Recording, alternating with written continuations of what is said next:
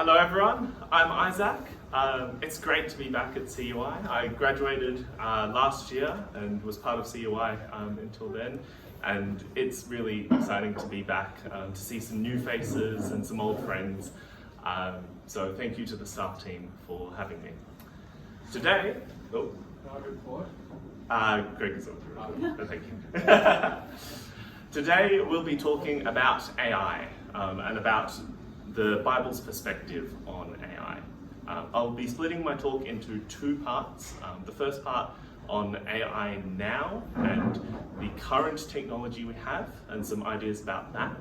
And then the second part will be about AI in the future, thinking about where AI might be headed, where Silicon Valley and other technologists hope it's headed, and how that compares to the Bible. So let's get into it. What is an AI, really?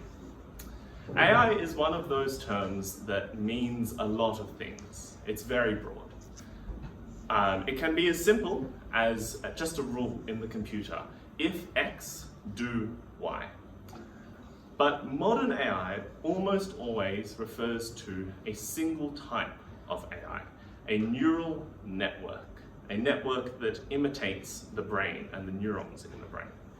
Neural networks are behind every big AI. ChatGPT, Midjourney and DALL-E, self-driving cars, Google Translate, your Instagram and TikTok feed, all of them have neural networks behind them. So, what is an AI really? Well, what is a neural network really? Maths. A whole bunch of maths that if you could look at it would look like this.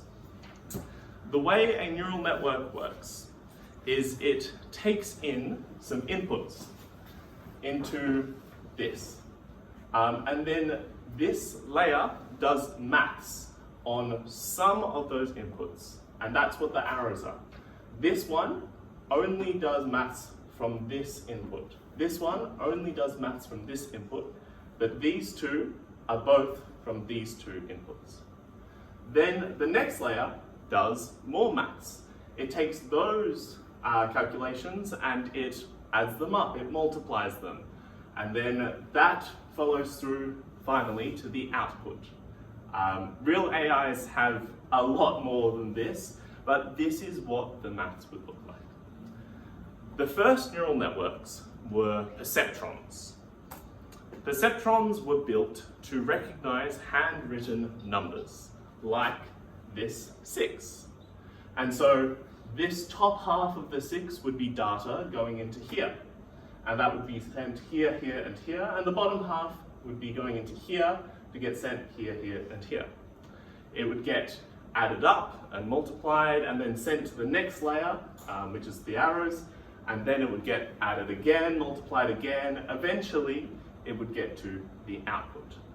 And the AI would go, I think I know what that number is. That number? That's a 3. Wrong. That's not a 3. We know that's not a 3. We can look at it and tell the AI that's not a 3. And so the AI goes, oh, I must have done something wrong. One of my calculations somewhere, that was a bit wrong. And so it adds in some new arrows, the red arrows that you can see here. And it goes, I'm going to send this data to these ones this time, and I'll try again. If you're a math student and you're curious about how it decides what arrows to add or get rid of, we can talk about that later. It's kind of complicated, don't worry about it. For the moment, it adds in some new arrows, it changes its calculations, and then it tries again. And so the top half of this 8 goes into here, passes into here, and then it gets added up, multiplied, goes to the next layer, gets added up, multiplied, and eventually it gets to the output. And the perceptron, the neural network, says, I know what that is. That's an 8. Great. It got it right. Now, if you do that, say 100,000 times, eventually your AI gets pretty good. Some AIs get pretty close to human level, some get to human level, some even get above human level. That's a neural network. But there's something more to neural networks, because the data doesn't just have to be like this. This is a specific neural network for this task But ChatGPT is a neural network. Instead of taking in bits of a number, it takes in words.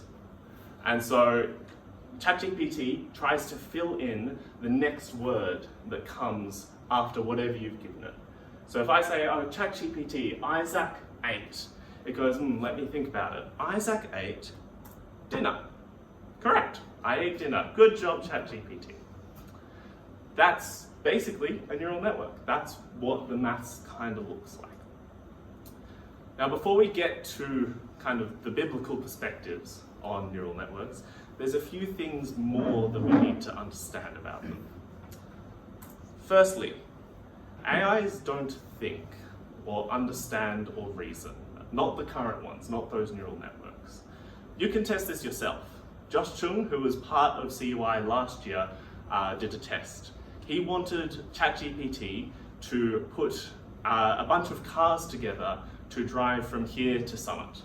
And those cars were to pick up people along the way. And so he told ChatGPT, put these cars together with people who live close by.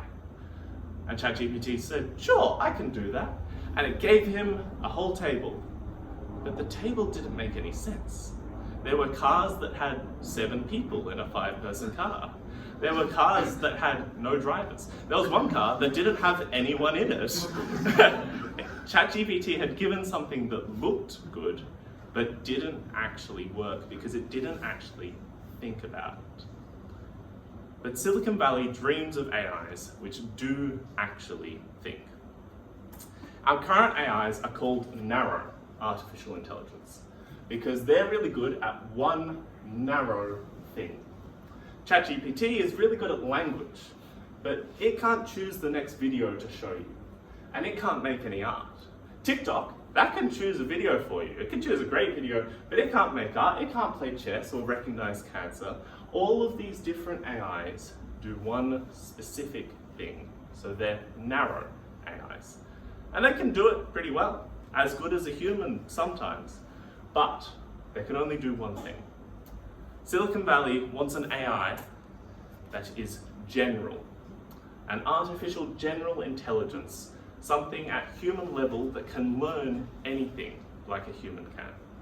And they think that if we can just make a general intelligence, one day we can make an intelligence that is better than general, better than humans.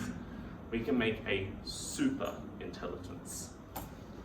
And so that's what AI and Silicon Valley is sort of heading towards, or at least what they're hoping to. They're hoping to head towards super intelligence, something smarter than all the humans on Earth, something smarter, so smart even that it becomes godlike. That's what they hope, at least. We'll get back to this when we talk about AI in the future. Now that we've got the definitions out of the way, what does the Bible have to say about it? Does the Bible, a 2,000-year-old book, have anything good to say about such a new technology? Well, yes. Because even though the technology is new, the questions it answers are very, very old. So what is an AI really? Let's talk about what is a human really. AI designers generally believe the physical world is all there is, and humans are only our brains. They believe that this is it, and all of your humanness is stored up here. What does Jesus say? Well, Jesus says the most important thing for a human to do is to love the Lord your God with all your heart, and all your soul, and all your mind, and all your strength. And in doing so, he says, love God with all of you. And he gives us a definition of what a human is. A human is heart, soul, mind, and strength. A human is emotions, and soul, and mind, and body. And so, I don't like to make predictions, but it is possible that the only way to make a human-level general intelligence is in fact to make a human. Because we are more than just our brains, and our mind isn't entirely up here. At least that's a potential prediction. Humans are complicated, and that may make AI harder than some people believe. Humans are also broken, so AI is as well. Humans are sinful, that's what the Bible says. No human has a good relationship with God, and we all prioritize other things over God and over other people.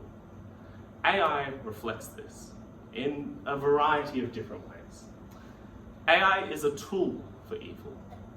Just last month, there was a Victorian student who was arrested for creating porn photos of his classmates.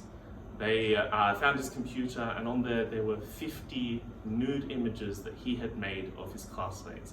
And not just nude, but mutilated, beaten up and cut. He made this for his own pleasure and for his friends. And he hurt lots of people. He hurt everyone involved. He hurt the classmates he had made photos of, but he also hurt him and his friends, the way that they think about their classmates and the way that they engage with them. And it's not just him. There's approximately 10 million of those videos and images that have been made without consent up on the internet. And it's more than just porn. AI is already being used for cybercrimes. It's being used for fraud and scams. It's being used for cheating and misinformation.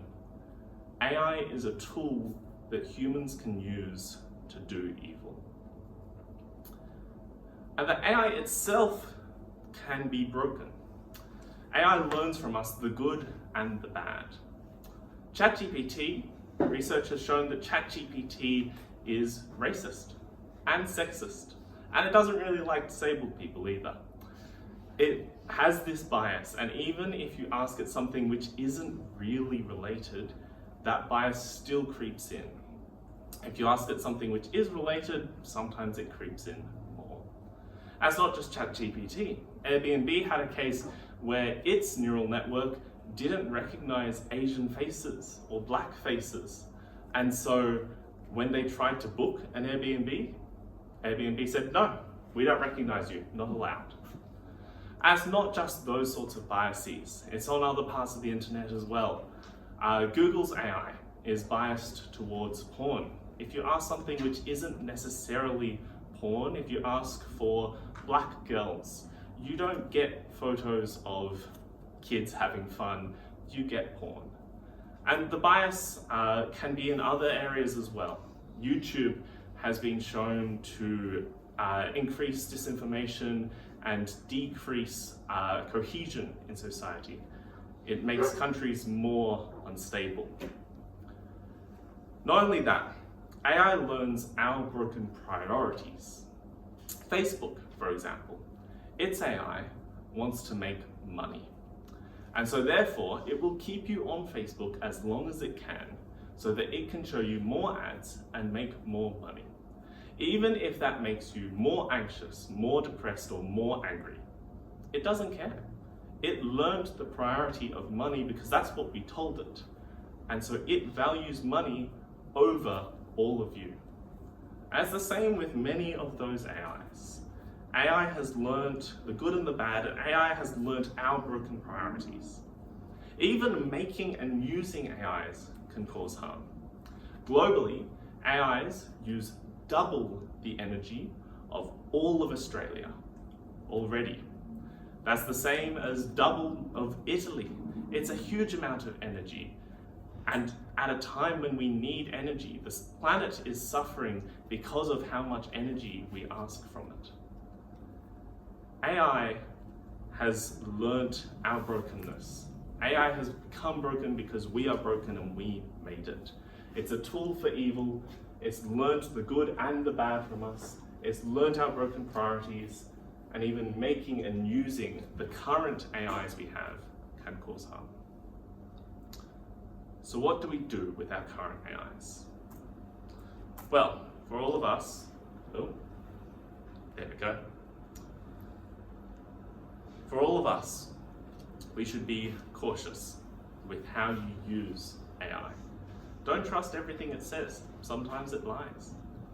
And we should be skeptical of people saying that AI will fix everything, that artificial superintelligence will fix everything, because it might not actually be possible, depending on what a human actually is. And even if it is, it might become broken because we are broken. And it's not just us and AI that are broken. The whole world is broken, right? Which leads us to part 2, AI in the future. Let's pause on AI for a moment and think about the whole world. What are the big problems that you see in the world? Take a few minutes to discuss on your tables, and then we'll come back and you can shout them out to me.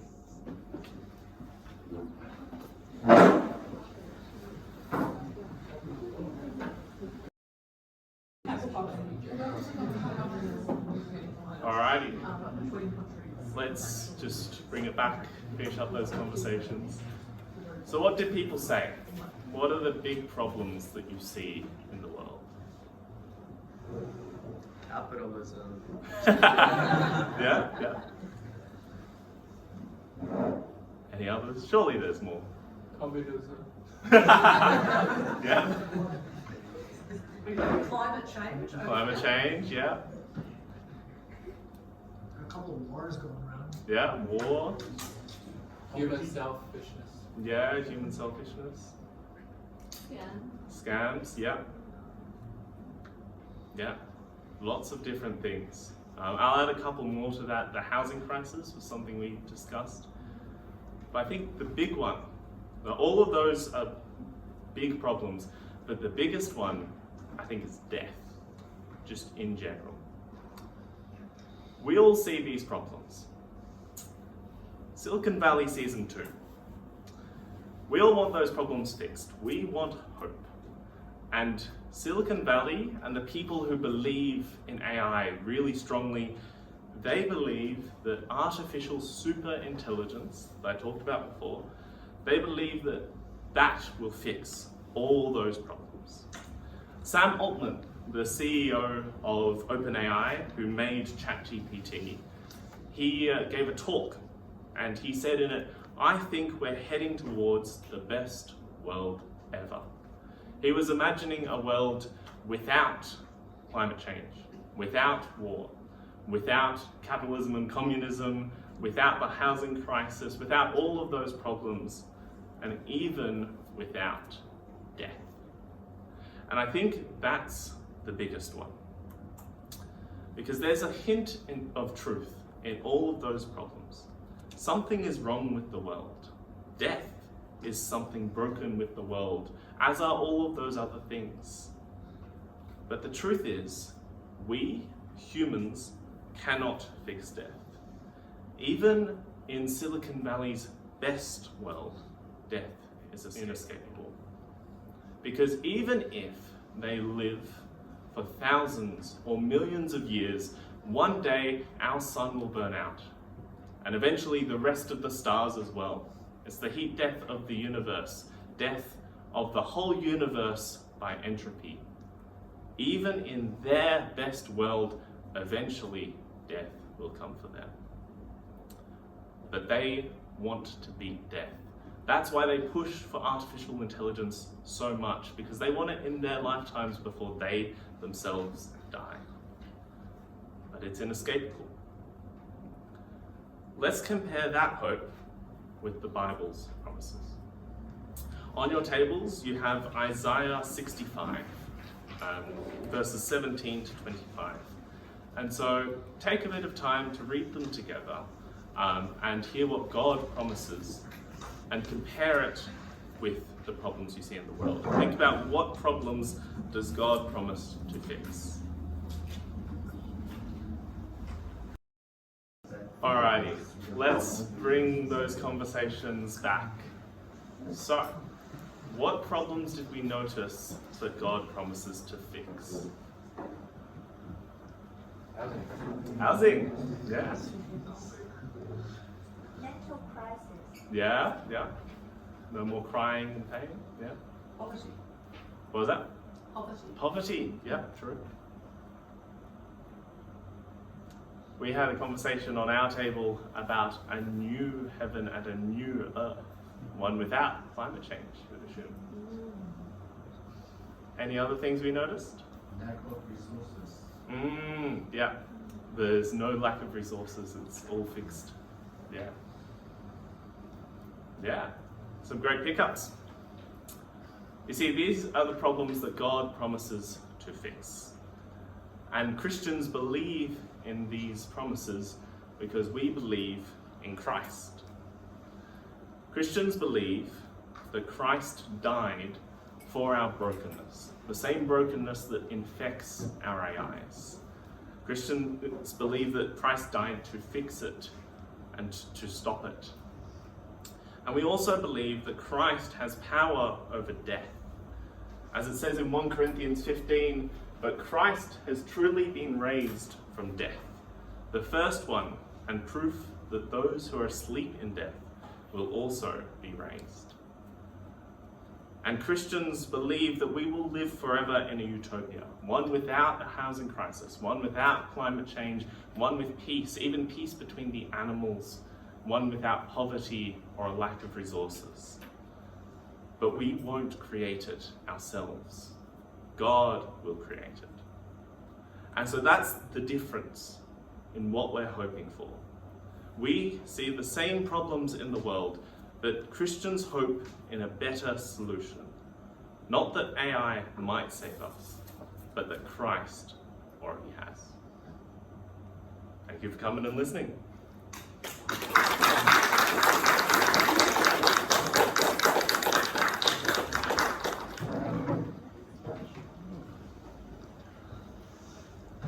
Thank you, Isaac. It was very thought-provoking. I think we have some hot chocolate for supper now. You might like to. Go on. I've got a Okay. naive question. Okay. So we have AI. Yes. We don't yet have ASI, is that correct? We don't yet have AGI, general intelligence. Right. So the super intelligence, what's the difference, or is that a silly question, what's the difference between ASI and AGI? Good question. AGI is human level. And so the idea is, compared to narrow AI, which can do one thing at a human level, artificial general intelligence can do anything at a human level. It can learn anything in the same way that a human can pretty much learn anything. And the idea is if it can learn anything at a human level, then it can improve itself and get even better than that. Or we can improve it and it can get even better than that. And eventually it becomes smarter than humans and becomes a superintelligence. Okay. Does that make sense? Yes, it does. Yeah. So all of the things that I thought were science fiction, where the robots take over the world and war against the humans, that's not actually such a crazy idea. Silicon Valley thinks it's not a crazy idea, and people who believe in AI and believe that humans are only our brains would say, yeah, no, it's not a crazy idea. I met a professor last year who said 2049, that's the year it's going to happen. I don't know why he picked that number, but that's the year it's going to happen. And so depending what you believe about humans, some people would say, yeah, it's going to happen eventually, it must. I would say it's not necessarily going to happen. Maybe I'm wrong, but I think it's not necessarily going to happen, and the most recent research does seem to indicate that we're hitting some limit to how much our AIs can improve. Yeah. Can you make a bit of emphasis on that? What sort of limits and what makes you think it will not actually happen? Because it seems like the trend is going that way, and also it's a very international thing as well. Yeah. It's not just certain country have certain technology and then just only those people are doing that. Everyone is, and also competing with each other as well. Yeah. And that's why people, regardless of the ethical part of that, and because anyone has been, if stop their research because of the ethic, then they're afraid that they might not catch up with other countries and stuff. Yes. So Yes. The research stuff was something that I cut because of time. I wanted to talk about it and I was like, oh, this is getting a bit long. Basically, the hypothesis for a number of years was that if you just give an AI more and more and more data, it will give you better and better and better results. Or if you just make your AI bigger and bigger and bigger, it will just give you better and better results. Unfortunately, big AIs need a lot of data, so they're really the same thing. The most recent research, I think the most recent one I read about a month ago, came out I think 2 months ago, had a graph of the AIs that they had tested, and it went, if the people who believed in AIs were right, then that graph would just get better and better forever, and it would get better and better faster eventually. But what we're seeing is the other way around. It's a log graph. It's hitting a limit, and then it's not going much higher. And you can give it more and more data. You can give it the entire internet. That's what we gave to ChatGPT, pretty much. But it's hitting some limit for some reason. And so that's the current question that they're trying to answer. What is the reason? Can we fix that? Does that have anything to do with the hardware or powers or? Potentially. You know, I don't like to make predictions. I won't say 100% that AI will never be better than humans, but I think it's possible that it won't be. That there's something about humans that is special to humans. Yeah. Yeah, no worries. Yeah. So let's say in summary, like somebody comes to you with that same thought that, oh, AI will take over the world, AI will fix everything. What would you say in a couple of sentences to such a person? You're making an assumption in that statement about how AIs work and will continue to work and what humans are.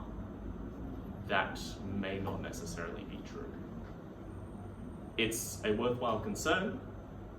It's important to think about what would happen if an AI took over the world. One of the thought experiments that, again, I cut for time, was one about an AI that really, really, really wants to make paper clips. So it gets really, really good at making paper clips, and it turns the entire planet into paper clips. And then it goes off to another planet and it does the same there. It's worthwhile thinking about, you know, what if we tell the AI the wrong thing? What if we give it a bad goal? But just because it's worth thinking about doesn't mean it will necessarily happen. It doesn't mean that's certain. Yeah. Yep. How could the gospel be spread to the communities of AI developers and coders, data scientists, particularly those who are currently non-believers? Good question. I think, as with everything, it's love. It's genuine love to them and acknowledgement of where they're coming from and what their hopes and their fears are. You know, the Bible says if you do anything without love, it's pointless. You know, if you speak without love, you're just a resounding cymbal. 1 Corinthians somewhere. Do you know, Tim, where that is? Oh, 13, thank you. And I think that's the key. If you're wanting to talk about Christianity and the gospel to people, if you think that's important, it doesn't really matter who you're talking to. You start with love, you start with meeting them where they're at and talking about the things that they're actually concerned about and talking about the solution that you offer, because it might be better than the one they have. Yeah. Any other questions? Oh, John? So more on the technical terms. Sure. If you have a goal in mind to build an AGI, an ASI, would it be possible to, like, and again, I hear what you're saying about not making predictions, and I don't know if this will work, but would you have to or be able to make an AI that builds itself or build other AIs if we're saying that humans are broken and that's making AI broken? But wouldn't it be better in theory than to have an AI that builds up itself rather than on our brokenness? Yes, theoretically, as long as the AI that builds the AI isn't broken, because then it might itself build an AI that's broken. You know, if you tell Facebook's AI to make money, then it builds a new AI. That new AI probably still also wants to make money because that's what the first AI tells it. These things kind of continue down the chain unless it gets fixed. And that's the claim of Christianity, that Christ can fix it, and that to some extent he did when he died on the cross. Yeah, that's a good question. Any last questions? Oh, oh, one last one. Okay, I'll take one last one from one show. No pressure. This is more just like your personal thoughts kind of question, but do you think you could teach AI to love? Sorry. I should have ended it before you.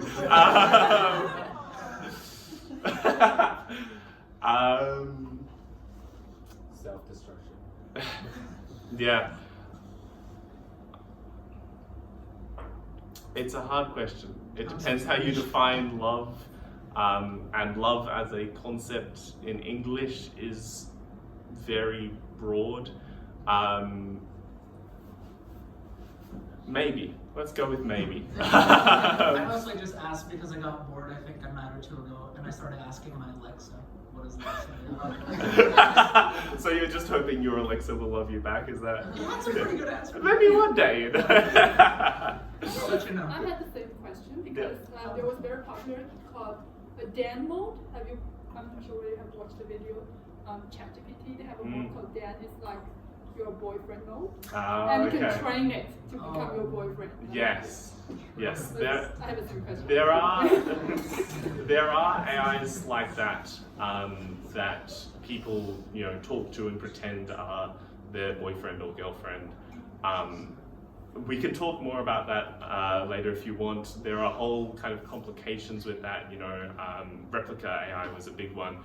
And what happens if part of the AI gets turned off, or if the whole AI gets turned off. And there's whole complications of, does it actually love you back, or is it just pretending? How could you know? You can try to teach an AI to love, depending how you define love. Let's go with maybe. Thank you very much, everyone.